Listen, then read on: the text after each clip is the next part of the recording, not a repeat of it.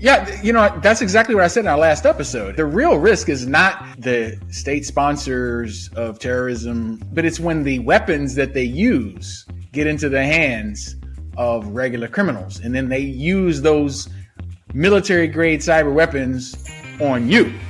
Listen to what she said. That answers the question of why I got into cybersecurity. We do several $1 billion in cybersecurity. Subtle brag.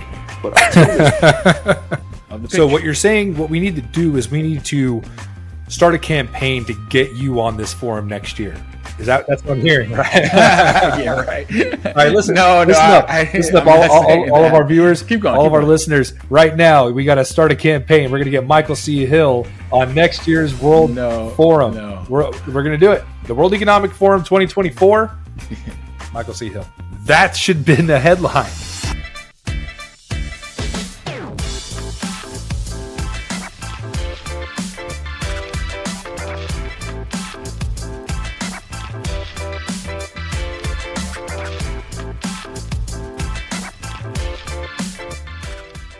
Welcome back to the Cyber Guys podcast, the cybersecurity podcast for everybody. My name is Andrew Valencia, and of course, I'm joined by Mike Hill.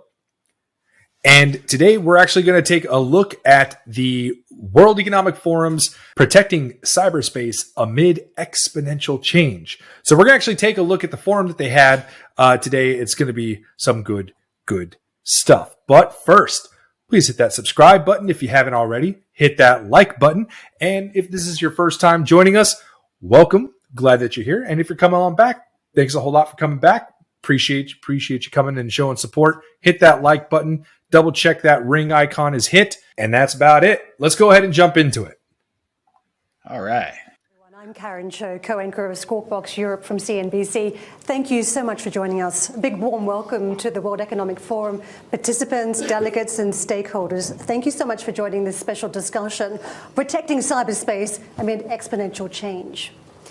It was roughly 6 months ago, I was on a similar stage here at the World Economic Forum with the Secretary General of Interpol, who was warning us about escalating cybersecurity risks, that effectively military-grade cyber weapons would eventually end up in the hands of criminals, bringing more sophisticated cyber attacks. From state actors amid the war in Ukraine to cyber criminals, the threat is... So, Mike, we've actually already seen that happen in the past, right? Yeah, that's exactly what I said in our last episode. I mean, the real risk is not the state sponsors of terrorism doing their terrorism, but it's when the weapons that they use get into the hands of regular criminals. And then they use those military grade cyber weapons on you, against you, hitting your information systems, robbing you of your identity. Robbing you of your valuable resources, damaging your reputation, stealing your trade secrets, whatever it is that you have at risk. It's when the military grade cyber weapons are used against you that we're in another game altogether. Joining us on stage, Sadie Creese, who is Professor of Cybersecurity, University of Oxford, United Kingdom. Doreen Bogdan-Martin, Secretary General, International Telecommunication Union, or ITU. Chuck Robbins, Chair and CEO of Cisco, and Brad Smith, Vice Chair and President of Microsoft. Thank you all for joining us today. Look at who they have here. Their guests are showing us one of their biggest blind spots right from the beginning. You have someone from the ITU. You have someone from Cisco. You have someone who's an academic from Oxford. Someone from Microsoft. And then someone from Microsoft. Right. Think about that. Everyone in that group that they're looking to for their advice, that they're looking to for their comfort or maybe the fear or whatever, they're all coming from a particular point of view that is already heavy geared toward technical solutions. The only person that maybe has some objectivity from that is the professor from Oxford, but then that's a purely academic perspective. Right. So right from the jump, this forum to discuss this topic has a huge blind spot. Well, first up, let's start with some data, some key takeaway points from the 2023 Global Cybersecurity Outlook report. This is a study of cyber professionals, and business leaders, how they view the threat. Effectively, the threat has changed. The focus now is on business disruption and reputational damage from cyber criminals than was the case a year ago. Also, the perception gap between business and cyber leaders on the importance of cyber risk management has changed. 91% of all respondents now believe that a far-reaching, catastrophic cyber event is at least somewhat likely in the next 2 years. Right there, that's your headline. That's your headline. That's the catastrophic headline that was written. And you don't have to read anything more. You don't have to watch the video any more than that. You just take that little clip, pop it onto a headline, and that's what makes the news. That's what we talked about last week. Yeah. Yeah, but the real danger of that, especially leading with that, is it's very telling that 90% agree that sort of thing is going to happen, but 70% don't really see the need to do very much about it. That tells you a lot. That tells you that while they believe it, they don't see the relevance of it, and the idea of having anything really to do with, their day-to-day business. That disconnect is obvious. It's kind of like the question is, do you think it's going to rain today, or this week? Most people are going to say, yeah, it's probably going to rain this week. But if you don't have a leaky roof, or you don't perceive or know that you have a leaky roof, how much do you care about the rain? That's what it is. Well, that's the thing, right? Am I going to buy? I know it's going to rain.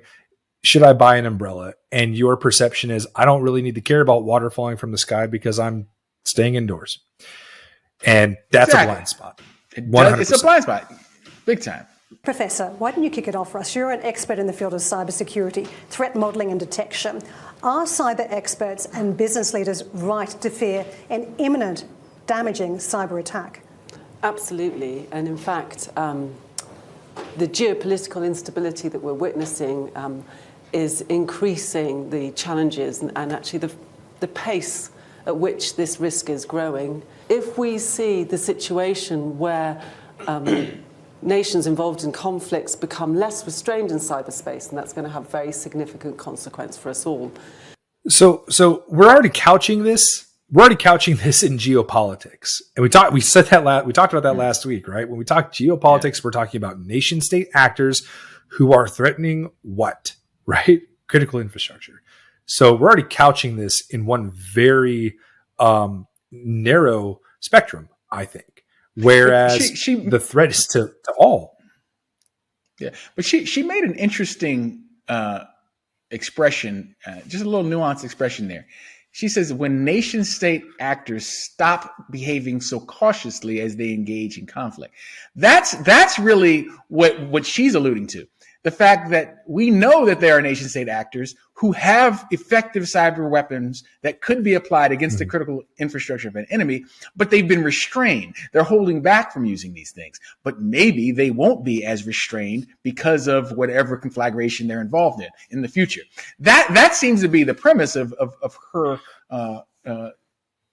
thesis here. And I don't think she's wrong. That's the nuance of the headline when we talk about catastrophe, right? Is that we know we have a good understanding of the threats that are out there, and we have a general understanding of what they can do and what the limits of what they can do are, right? So it's very clear that their ammo has not been fully utilized. They haven't used every gun in their arsenal. We understand that. That's not something that's new, though. No, it's not.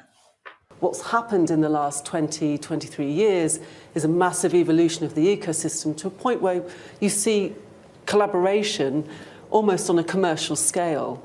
And what that means is people are sharing knowledge, they're sharing networks, and they're sharing cyber weaponry. So she's talking about those advanced persistent threats that we know of, right? The APTs that are out there. We've done episodes. We've done some shows on it. Yep. Yeah, that are often sponsored by nation states, but but may actually lean more into like political alignment with some of those nation states, not just monetary compensation for a lot of what they do. So that's understandable when we talk about geopolitics, where the risks are coming from. Yeah. And that's a dangerous synergy. I mean, when nation states see criminal organizations as being an ally against a particular target, and the idea that they're going to enable, fund, or resource those cyber criminals in new ways, that is a frightening prospect. Now, I'm a computer scientist, so I feel like I should drill down a little bit on the technology risks before I hand over to colleagues. Whenever we come to Davos, we're always inspired at the potential that technology can bring to all of us. And right now, today, everybody's immersed in the metaverse, or at least dreaming of the metaverse. And if not the metaverse, it's quantum, or it's artificial intelligence and things like that. These huge investments come alongside, as we all know, with any new technology, any new business model, any new supply chain, any new ecosystem, any new trends in the way in which we humans engage with technology can bring about new attack surface and opportunity. And that's happening and growing at a significant pace. So if you imagine this, our ambitions for digital and data growing at a pace. Unfortunately, that means the potential for harming us because we're becoming so dependent upon it is growing at a pace. Yeah. That then amplifies the interest of cyber criminals and cyber terrorists. Stop right here for a second. That's growing at a pace. Listen to what you said. That answers the question of why I got into cybersecurity. I mean, in a nutshell, she just described why. I've been a computer scientist since I was a kid, before I even went to college. As far as being a programmer, at least, emerging computer scientist. But the point is, that was my life. Figuring out all the things you can do with computers was the focus until, I got to a point and realized that everybody was like me, focusing just on what we can do and not what can be done. That's not necessarily intended. And that statement that she made, is such an important thing. I think is overseen. It's overseen so much. I even was in a discussion with a senior leader once about this. And that was the point I was trying to make to him. And this is a person who was very responsible to a lot for very, very critical information systems. I mean, national security implications and everything. And the whole speech that I gave him was, we've been moving at such a clip with everything that we can use these tools to do that we just haven't been watching what that opens up. And the more we put our lives, our resources, our everything in cyberspace, then it's only logical that cybersecurity and cybercrime have to rise with it. But it hasn't been the case. Everyone's pushing forward on the new technology, but they're reticent, hesitant, and cheap when it comes to defending those new technologies and those new forays. Yeah, over reliance on technology is an old cliche that we've seen tons of times in movies and books and stories and in in the news. But it's a reality. I think but it's a reality, and I think the digitizing of life, as we kind of call it sometimes, it's like putting anything from the real world into the digital world is going to follow major risks, right? Just like walking outside your front door, there's risks that are being accepted. But I think something that is out there, but people don't know, are the risks when they do that. She brought up metaverse. She brought up quantum computing. We're talking about things that are very complicated and not easy to discuss to the general population out there or to the general user. And so by utilizing the technology, I don't know that there's a full understanding of the risks that are being accepted just by utilizing it or depending on it. Yeah. Well, especially between AI and quantum. I mean, AI and quantum are going to revolutionize the way we interface with computers and digital systems. Metaverse, I think, is a little overstated, but it probably has a role too. But I think that one gets overstated. But AI and the leap into quantum computing, there's very little overstatement there in the impact that those are going to have, and the potential risks that they will also bring into our use of these digital systems. Right. But let's keep going. As we take a look at the landscape now, which is changing, what jumps out to you about the technology, the approach from a policymaker to a company level that is required here to bolster digital resilience globally, given the threats we are facing? Well, that's a great question. Maybe if I could start with what keeps me up at night, and that would be really the threat of a complete disruption, a digital storm, as you said, a complete disruption to global communications. And so the International Telecommunications Union, right? This is the organization that basically works with all the vendors, all the technology, emerging standards, everything that has to do with the fundamental telecommunication equipment that we're relying on. She's the Secretary General of that organization. So when we think about that, it makes sense that she's going to comment on her deepest fear at night being a disruption to telecommunications, because that's her whole world. Mm-hmm. Absolutely. Yeah, I mean, they're a United Nations agency, so yeah, absolutely. Her fear is going to be a global collapse of communication, 100%. I think it's, and I don't think it's overstated. We'll just put that out there. I don't think that's an overstated concern. I think that for somebody who's as specialized as she is in this realm, it should absolutely be a concern. Cisco works globally, building digital resilience for institutions, governments, companies. Are you raising the red flag on the threat level this year and next?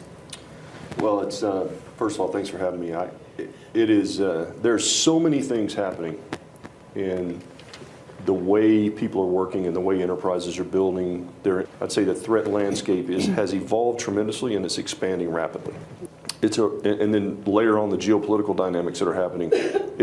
We're at a high risk level right now. Our team has shifted this year to not only the business opportunity. We do several $1 billion in cybersecurity every Subtle year, brag. but our team has come to the conclusion that we have a responsibility. So it's all about the connections. It's all about connections. Which of course Cisco builds the connections. They're the backbone hardware provider. Okay, so it's all about that. And then, yeah, by the way, we do. And so we believe we now have to bake security deeply into the network, because that's the only place where you can really guarantee the protection. See, that's the point. Everything is about the network, because that's what he's. So that's really the point. To the ITU, everything is about fundamental communications. To Cisco, everything is about the network. What's Microsoft's going to say? Everything is about your PC experience. I mean, they're covering critical components of cybersecurity. Don't get me wrong, they are. Those are all critical components.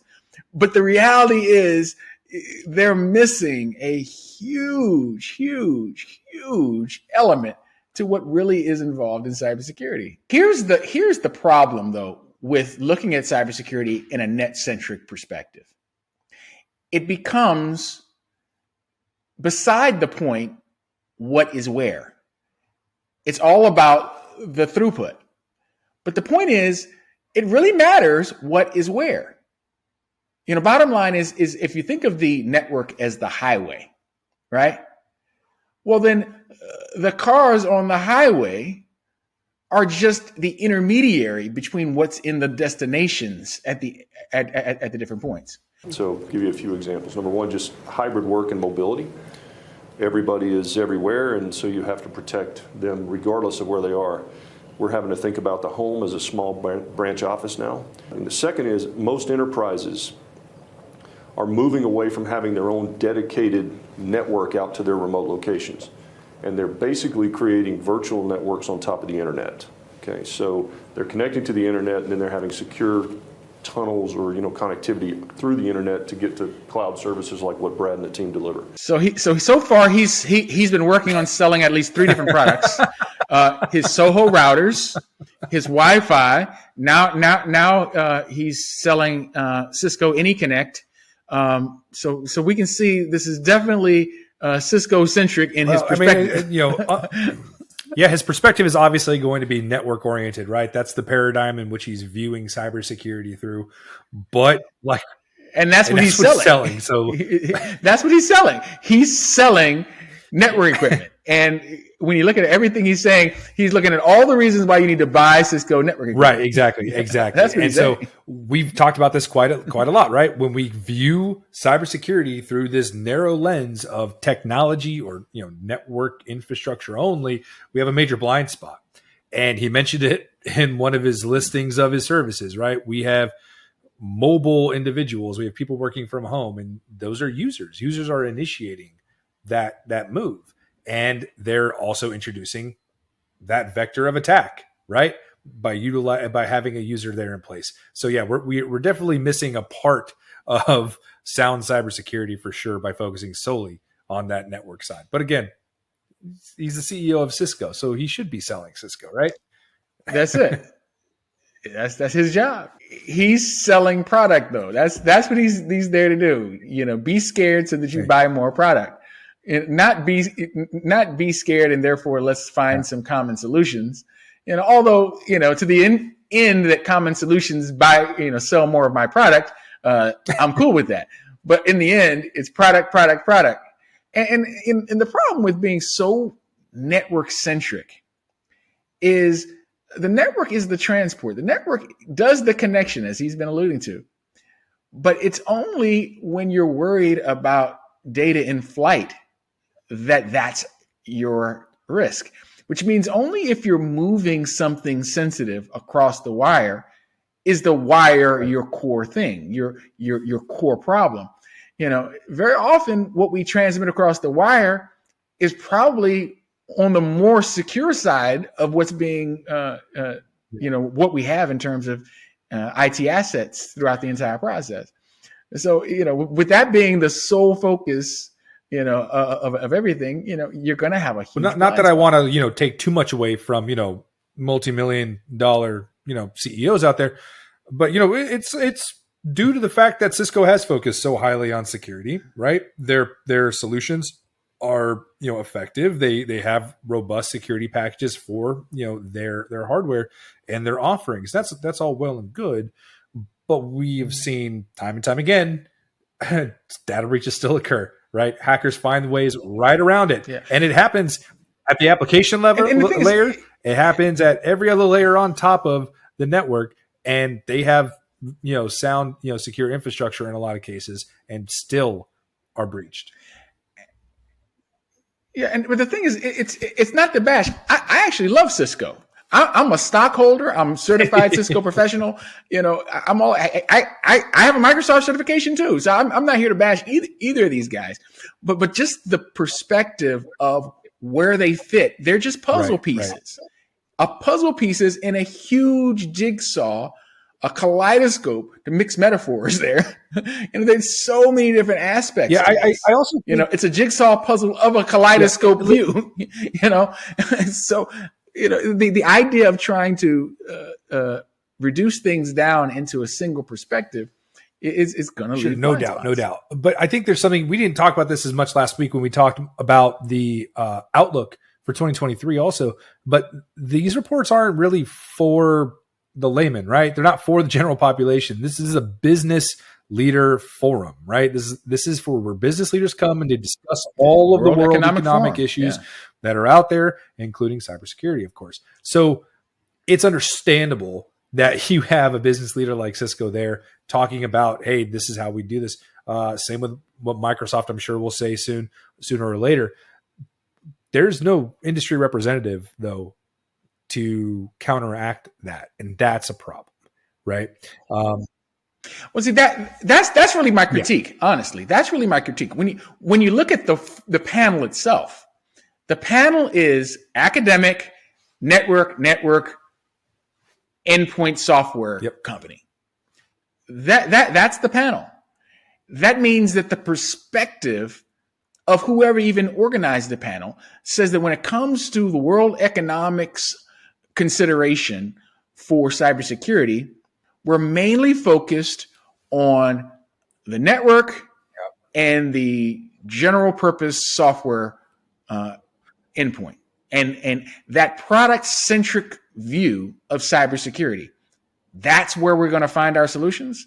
As a cybersecurity professional, I have to say that's only part of the picture. So what you're saying, what we need to do is we need to start a campaign to get you on this forum next year. That's what I'm hearing, right? Yeah, right. All right, listen. No, listen up. Listen up, all of our viewers, keep going, all keep of our going. listeners. Right now, we got to start a campaign. We're going to get Michael C. Hill on next year's World Forum. No. We're going to do it. The World Economic Forum 2024. Michael C. Hill is going to be on that panel. Yeah. Right.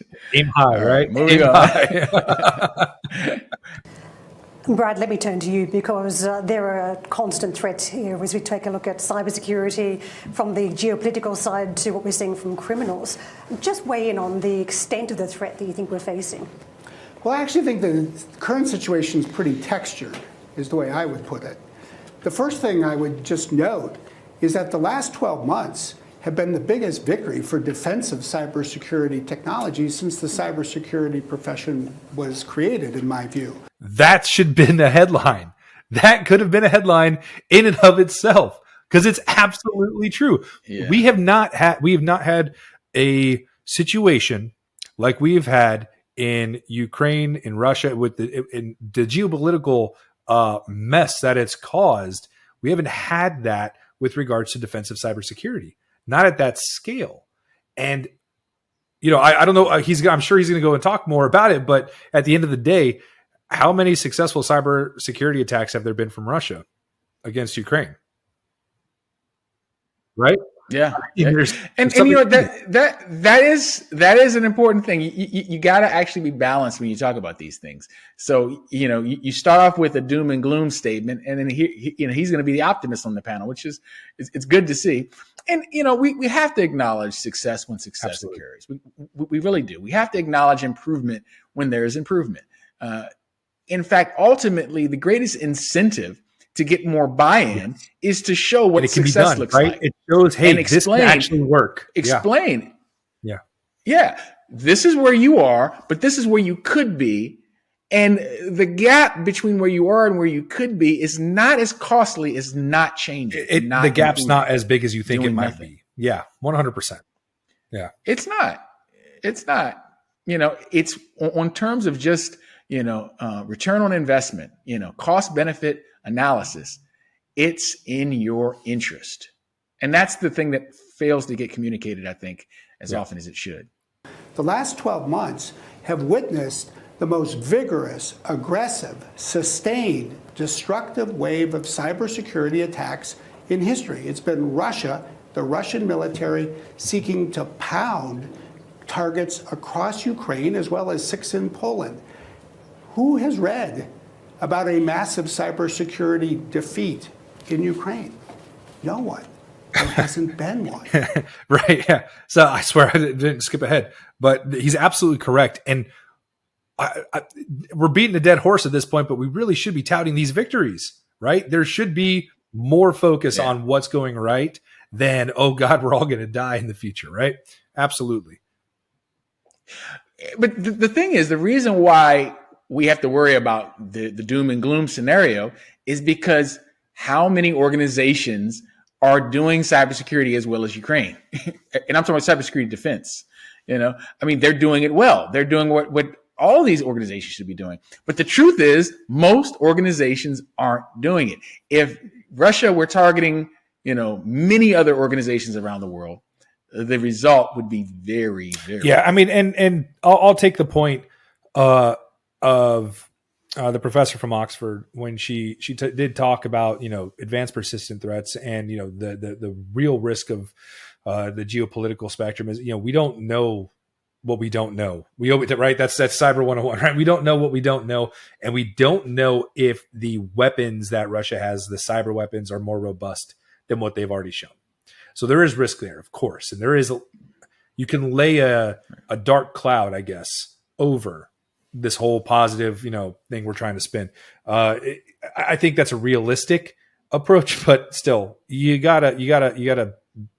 have to celebrate the victories when they come, because oftentimes they're so few and far between in this industry.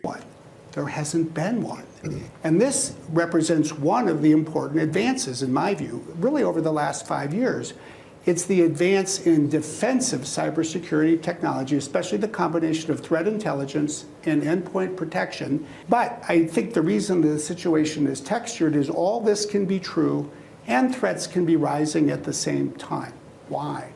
Well, one is because the landscape is so broad, and because there are many that have vulnerabilities, either because they're creating technology without the kinds of controls in, say, the supply chain, or they're not deploying all of the protections that exist.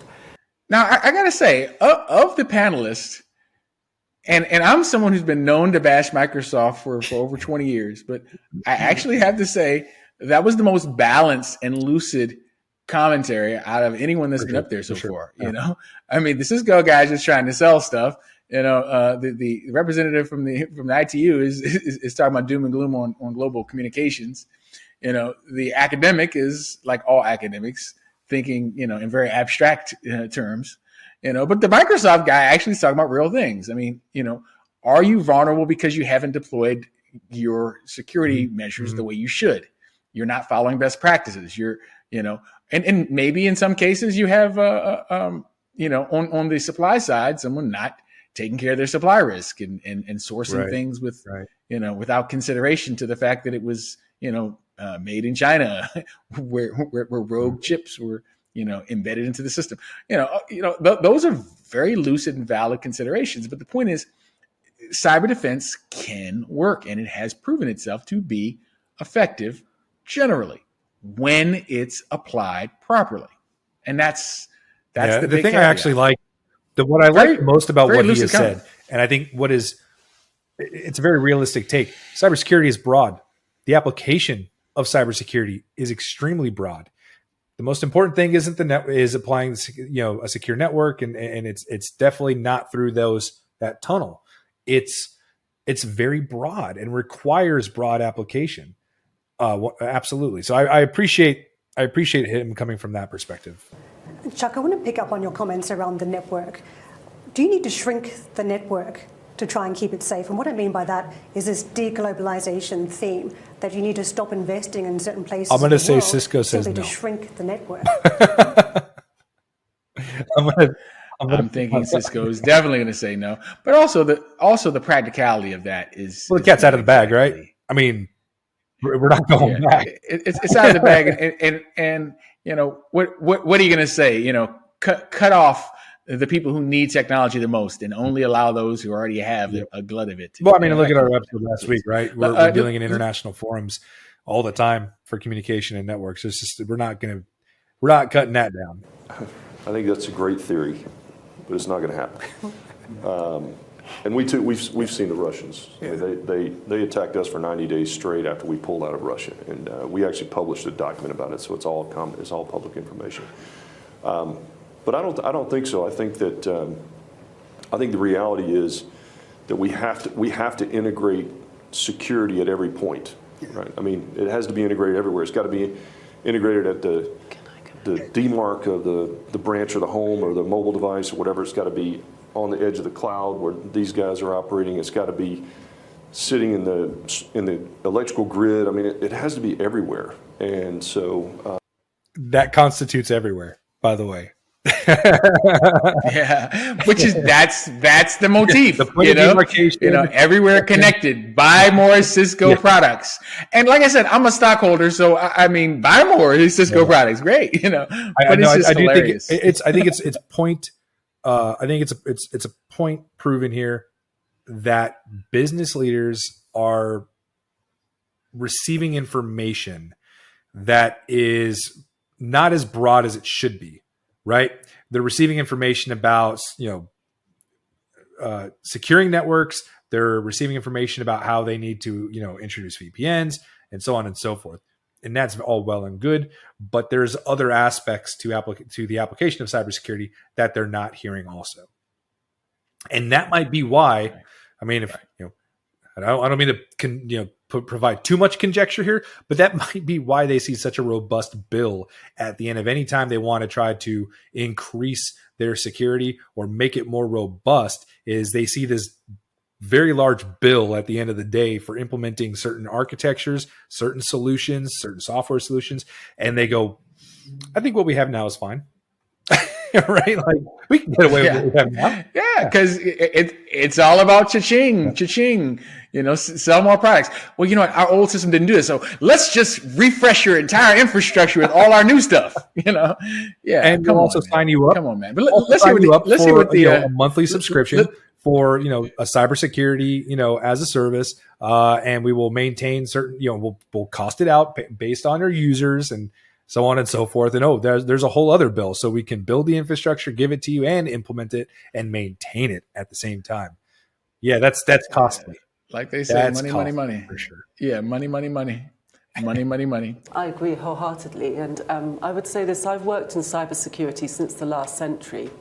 And whenever we have imagined that we can somehow shrink down to the crown jewels, people have been wrong about that. Actually, because the system is not just technology. And so back in the olden days, this notion that you could have air-gapped systems that were considered more critical than others, and somehow we'd keep all the bad stuff out. And that only works, of course, if human beings are not involved. Okay, so she made a very point. That's something.